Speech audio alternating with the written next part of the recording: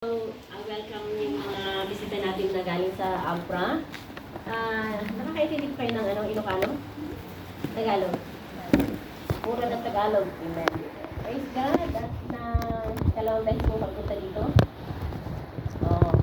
At kung ikaw ay nagagalak na nakapunta sa amin na nandito pa rin kami ay nagagalak na nandito ka sa amin sa araw na ito. Praise God. At kasama mo. And of course, yung mga binata natin sa likod na laging pumunta dito. Welcome. Everyone is welcome to be in the presence of the Lord. Amen? So, since yung notice ni Pastora, kagabi lang siya nag-notice sa akin na, Pastora, ikaw muna yung sabi ko, sige na, ang salita ng Panginoon ay laging handa. Amen? Amen. Kaya sana ipahiram ninyo yung mga tenga ninyo na makinig sa salita ng Panginoon kung ano yung sabi mo maibahagi sa araw na ito. Amen? So, praise the Lord. Hallelujah. Buksan natin ang Biblia natin doon sa Lucas 19:41 to 44.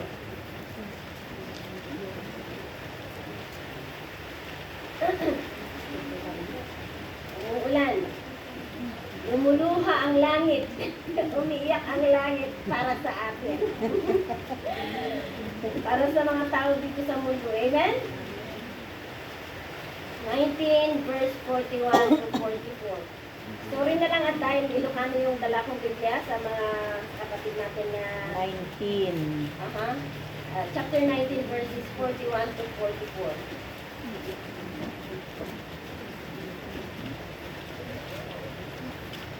Sabi dito, ket idi nakaasidad nakita na ti syudad ket sinangita na. Oh. At kinunana ay no maawatam kumalain si kamet oray iti daytoy laing aldaw dagiti may papangan iti talnam ngem ita nailingid da kadagiti matam taumay to dagiti aldaw a dagiti kabusor mo likmutan na excuse me likmutan da kanto kadagiti sariketket ket lawlawan da kanto ket pairutan dan kada kanto iti amin adiso ket ribaen da kayon da kanto agingga iti daga sikaken dagiti anak mo nga da iti uneg mo ket awan to ti matda abato iti rabaw ti paru pato ken ka agsipot ta di ka binigbig ti aldaw ti panaka suknal mo. Praise the Lord. Hallelujah. Manalangin tayo. Thank you, Lord. Salamat sa buhay ng mga kapatiran na ito na dinala mo sa araw na ito. Dahil kahit na may changes yung schedule namin, O Lord, salamat po sa at na maaga silang napunta dito, Panginoon, para sa divine service namin. And I pray, Lord, for your presence to be with us right now. Lord, as we study your words, I pray, Father, for na ikaw yung kumilos sa kalipitnaan namin sa pamagitan ng Espiritu Santo. Lord, mangusap ka sa aming mga puso kung ano man yung mensahe mo sa araw na ito at walang kapatiran na lalabas dito na hindi natanggap yung pangangailangan niya sa kanyang spiritual na buhay, Lord. We pray, Father, for your blood covering be upon us and your wearing angels to surround this place, and that your name will be exalted in our midst, O God. We give you praise, we give you glory, and this we pray in the mighty name of Jesus. Amen and amen. Amen. So gusto kong bigyan ng temang ating topic ngayon, the tears in God's eyes. Amen. Ang pagluha ng Panginoong Jesus. Okay? So, doon sa Isaiah 53:3, sabi doon sa salita ng Panginoon, sinabi ni Isaiah na ang Panginoong Jesus is a man of sorrows. No? Isuna iti tao ti ladinget, ken isuna iti nakamamo iti aming ngaliday. Amen. Before we are there, God knows all our sorrows. For He is called the man of sorrows. Yeah? So na itinakamo iti amin nga oray anya nga kinauneg iti liday nga umay umapay iti biyag tayo. Amen? And makita natin ito doon sa may mga occasions doon sa Biblia wherein Jesus was weeping. Yeah? We can see Jesus weeping. Isang example nito ay yun nung namatay si Lazarus, di ba? Doon sa sa Juan 11:35 ay yung sinabi niya doon, Jesus wept. Doon nakita natin na iniyakan ng Panginoong Jesus si Lazarus dahil mahal na mahal niya si Lazarus. Doon na mahal niya si Lazarus, he allowed Lazarus to die and for him to experience resurrection, no? So makita natin doon, hindi lang yun, kundi yung panahon na napunta siya, nakita niya yung Jerusalem, doon sa Luke 19, doon sa binasa ko kanina, na umiyak siya, sabi niya doon, sinangitan na, dinakita natin Jerusalem, Jesus wept. Umiyak ang Panginoong Jesus. And before his trials at the Garden of Gethsemane, diba doon na sinabi niya doon na hindi niya sinabi na umiyak ang Panginoon, kundi naglingot isunat dara, diba? I do believe that when you are sorrowful, you cry. Amen? There are tears involved. So even during that time, before his trial and crucifixion, umiyak ang ating Panginoong Jesus. And ano bang ibig sabihin yung pag-iyak niya? Ano bang anyati ka ipapanan na dyan panagsangit, no? Panagluwa ni Apo Jesus tayo. Makita natin doon sa verse 41, sabi niya doon sa verse 41, ket idi nakaasig nakita na ti syudad ket sinangita na. Nakita niya yung problema o kaya nakita niya yung pangangailangan ng mga tao. Nakita niya yung kalagayan ng Jerusalem, that they have forsaken God, that they have rejected God. Doon na laging tinatawag siya ng Panginoon ang Jerusalem during that time, or ang mga Israelites during that time, to repent from their sins. Hindi sila nakikinig. And even when the time that binigay niya yung bugtong na anak niya na mag-ministry, during his earthly ministry, anong ginawa nila kay Jesus? Ni-reject nila ang Panginoong Jesus, di ba? Hindi sila nakinig. So makita natin doon na sa pagtangis ng Panginoong Jesus, dahil nakita niya yung kalagayan ng Jerusalem, kaya kalagayan ng mga tao doon. Nakita niya yung pangangailangan ng mga tao. Nakita niya yung kalagayan ng puso ng tao na ang layo-layo ng Panginoon sa kanila. Okay? Dahil sa kasalanan. Nakita niya yung mga tao na, napapagod dahil sa sarili nilang mga bagay na ginagawa, pero wala man lang kapayapaan sa kanilang buhay. No? He saw those weary who will never find rest dahil yung hinahanap nila ay hindi yun ang kagustuhan ng Panginoon sa buhay nila. Nagtatrabaho nga sila, use all their efforts, yung mga strength nila, pero they are in vain dahil wala sila sa presensya ng Panginoon. Amen? Nandoon yung mga tao na puno-puno ng mga problema. There is troubles everywhere, but there is no peace within them. Nakita niya yung mga tao, yung mga kabataan na hindi minsan o kaya sa buong buhay nila, hindi nila mahanapan yung satisfaction sa kanilang buhay. And it's happening nowadays, amen. And nakita niya yung mga old men that they are going to the grave without receiving Him as their personal Savior. Nakita niya yung mga makasalanan na hindi nila tinanggap yung ino-offer niya na paglilinis sa kanilang mga kaluluwa. That through Him there is repentance. There is salvation. So yun ang dahilan kung bakit ang Panginoong Jesus natin ay lumuha o kaya umiyak para sa Jerusalem. And I do believe that this time, as you are listening to the Word of God, ang Panginoong Jesus, alam niya at nararamdaman niya kung ano yung bagay na pangangailangan mo sa araw na ito. Kung ano yung bagay na gusto mo mangyari sa buhay mo. Kung ano yung nilulong ng iyong puso. Kung ano yung kailangan mo sa araw na ito. Alam na alam ng Panginoong Jesus. And the Lord is crying for you right at this moment. Amen. God sees everything. He sees kung paano siya naipanganak para sa mundo. And umiyak siya dahil dun sa panahon na before na dumating siya sa mundo, ang mga angheles ay kanilang They have sent the message to the shepherds and to the people around the world that the Savior is coming. And that breaks the heart of Jesus.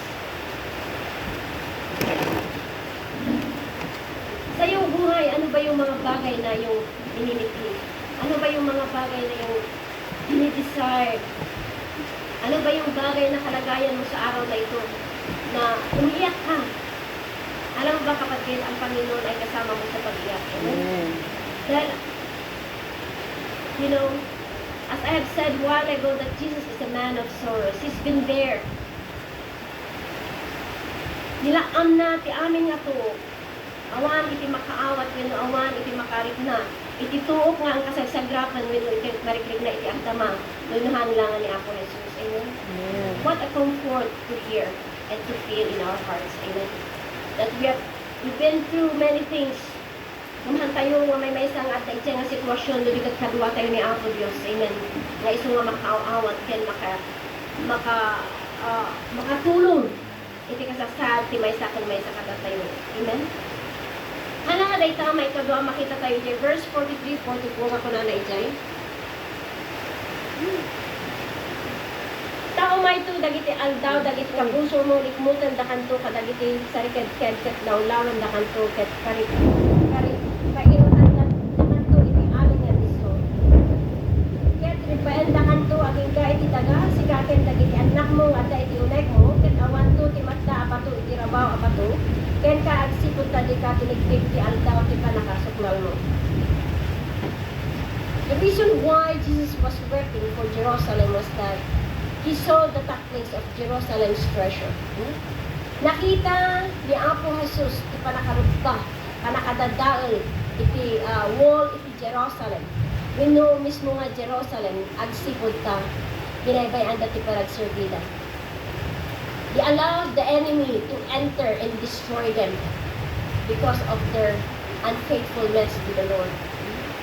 Kunana ijay, awan iti matda nga may sanga bato nga nakarabaw iti may sanga bato. That means to say that tall and proud buildings are all brought to destruction. And before that time, there was a time that Jesus went to the temple and cleansed the temple. Agsipot ay narami da ito nga temple paglakuan ken pagdismissan. Nakusik dagi di aglaklako ijay, and that breaks the heart of Jesus. And he said that one day everything ay makikita yu iti aglawlaw yun awan to ti mabati marudbada am amin. Amen. Agpapada, just like during the earthquake, di ba? Rich and poor nagsuffer niya. Agsipod iti naaramid iti earthquake. Mapada tayo nga awan ti makan. Ang dati ko ang pati babak na nga mahandang ang nga makagatang. And so, nilakam dagiti nakurapay. Kaya pa dyan nakurapay, dati mula na nga kanon na, di ba? And just like also the parable of the foolish men, yeah? Nga nag-build iso na iti balay na ijayan ti sand, and what happens? Imay ti todo, imay ti layos, awan tinakda para kanya na. And God is teaching us also that when we build our treasures on this earth, amo tayo nga maawan mo iti gunggo na tayo iti langit. Amen? Amo tayo nga dagiti amin nga adda dito rabaw ti daga maawan danton. And the only thing that will remain, as I am always saying it, every time I preach the word of God, is the only one, the only Jesus. Nga niya ito naramidan ni Jesus ipibiyag tayo. Amen? Amen. So makita tayo nga beforehand, before the destruction of Jerusalem, nakita ni Apo Jesus dito iso nga nagladingit iso na ket nagsangit iso na. At ba iti pa nagsangit tayo kadagiti makikita tayo.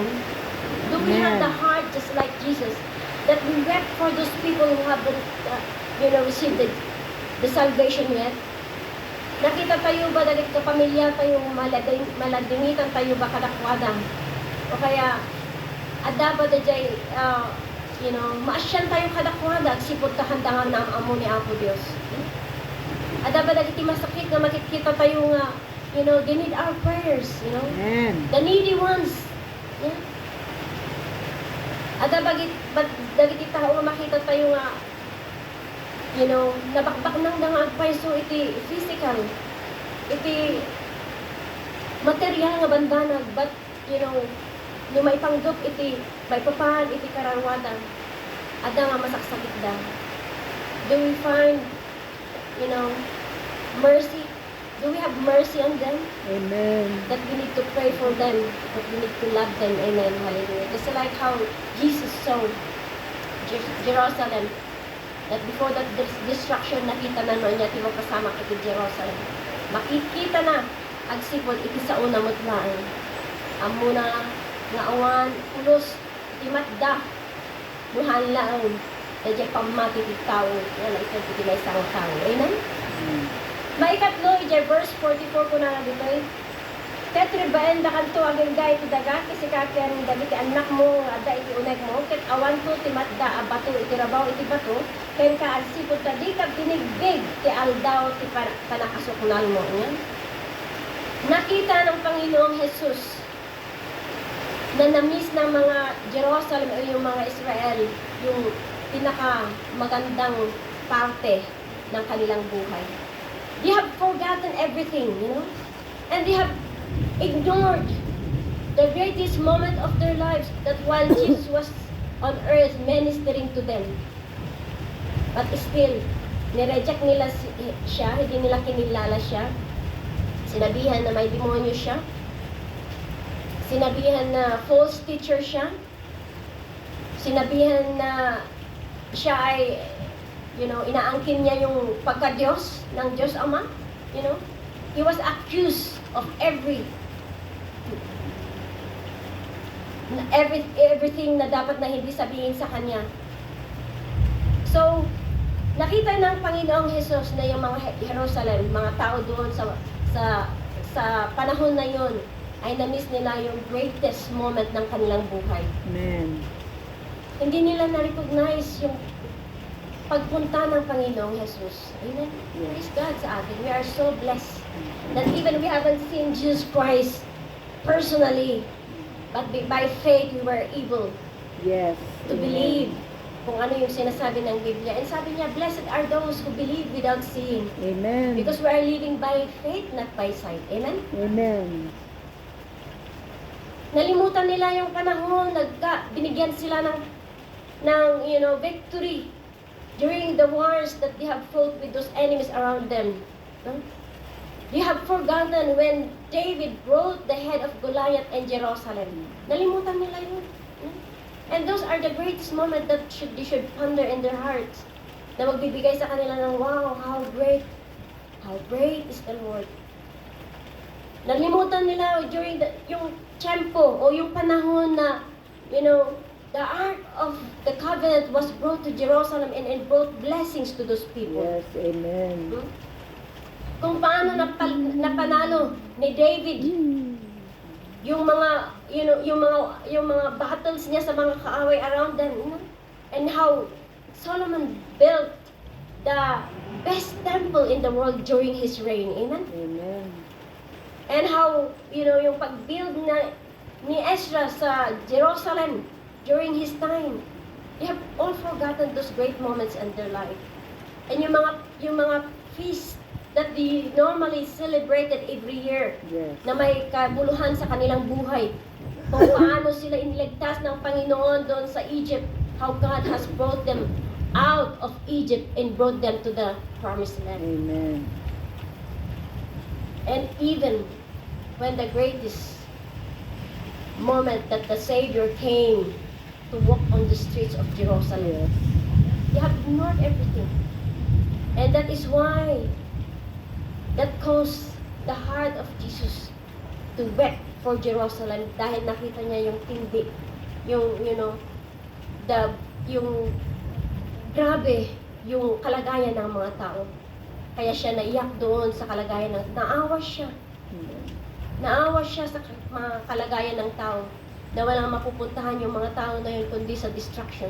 Amen. And He longs for every soul of Jerusalem, every Israelites, na sana hindi sila mapupunta doon sa pagkamatay ng kanilang mga kaluluwa, kundi maliligtas sila as ginawa niya noong unang panahon hanggang ngayon. So Amen. likewise with us people, God is weeping. God is crying for Yes. every souls to come and know Him as their personal Savior. Yes. Amen. God is crying for those who are going through trials, heavy trials. Yung may mga nararamdaman na sakit na hindi, sabi ng doktor wala ka ng pag-asa, may taning sa buhay. Mm. But God gave you. Ang Panginoong Jesus is crying with you and He's giving you hope. Yes. And that Amen. hope comes from His Word. And with the comfort of the Holy Spirit na Kanyang iniwan sa lahat ng mga believers.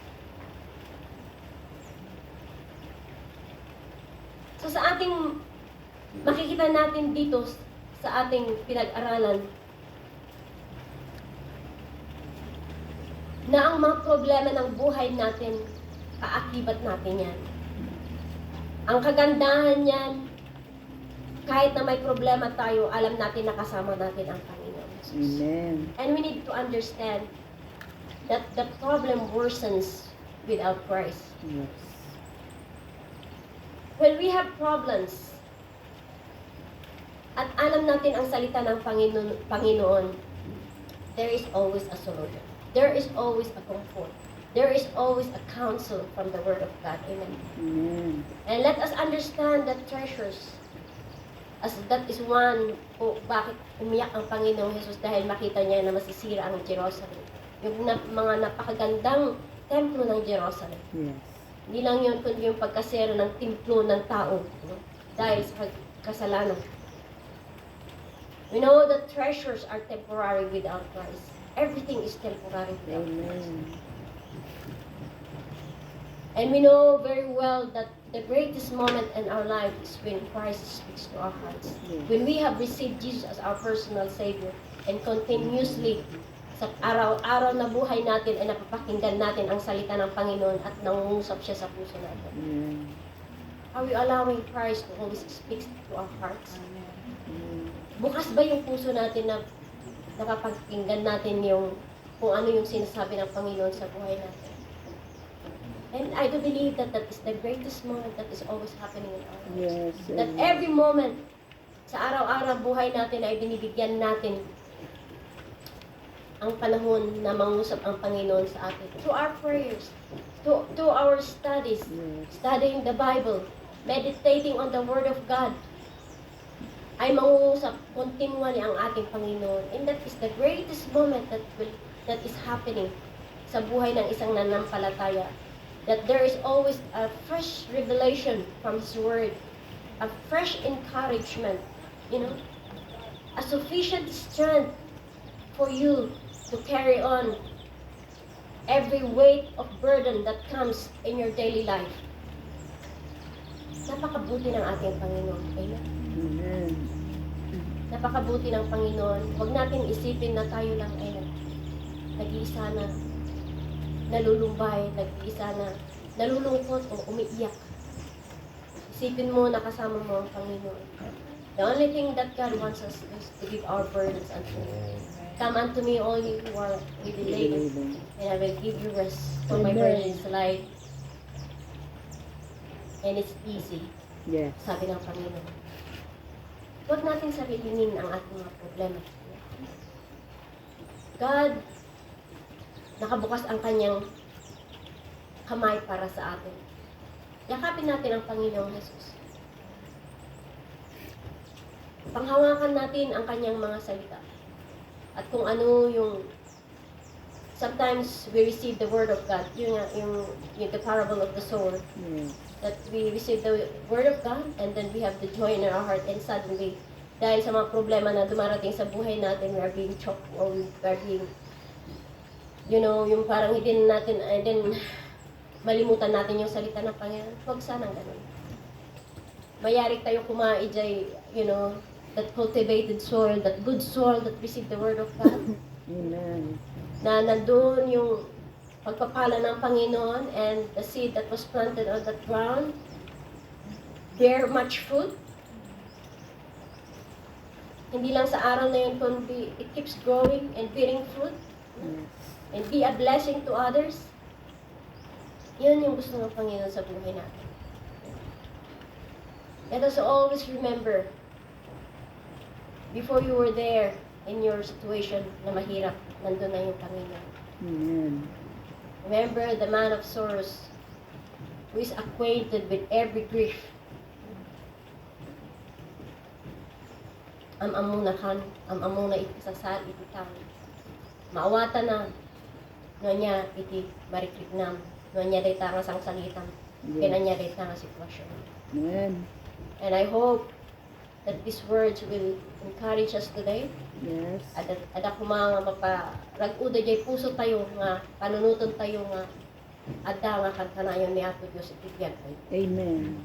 Ada nga kantanayon nga, inmo na isunan, sakpay nga, aglakam tayo, kadagigirigan, itibiyag tayo. And that will continue to inspire our hearts to carry on with our walk with Him. Tapno ada nga, maabot tayo, dajay, kayat na nga abutan tayo, ipanamati tayo kini Apo Diyos. Amen. Especially, we are looking forward jay biyag na ngayon nga iso nga insagana na sikutahan tayo nga amo no ayan natin ugad itipiyag itong galmay sa kada tayo di may sa kumang ada kuma panunod tayo na itud tayo kaya maamin tayo kanya ato Amen. wholeheartedly kung tayo kumati puso tayo nga at serve kanya ato Diyos at tayo kumanga give at bati amen. Hallelujah. Let us all stand up.